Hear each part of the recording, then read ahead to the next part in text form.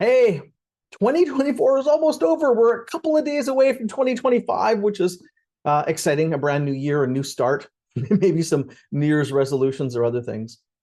It's something for you to think about today, and I will be doing the same thing, is thinking about what do you want to get excited about celebrating looking forward. And I give you two time frames.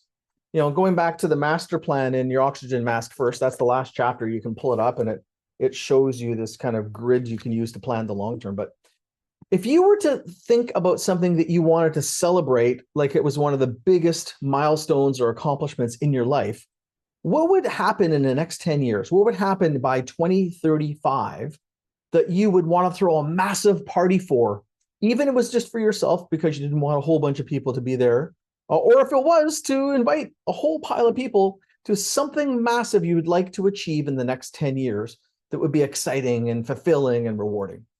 So 10 years out, what's a massive thing that you get excited about that would be just awesome?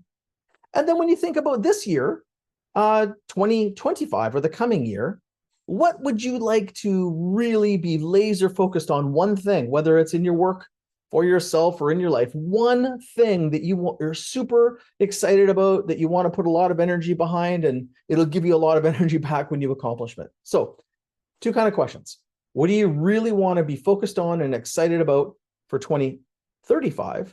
And then rolling back to the coming year for 2025. So interesting thing to think about, discuss it with your family, your friends, or just by yourself. And then obviously you can get into the action plans. But really, what are you excited about? 10 years out, 1 year out. Happy holidays. Hope you're having a great time. Enjoy the celebration of the new year if that's what you do. And before we know it, we get a clean slate and a fresh year, and that's fun. I love that. See you soon. Happy New Year.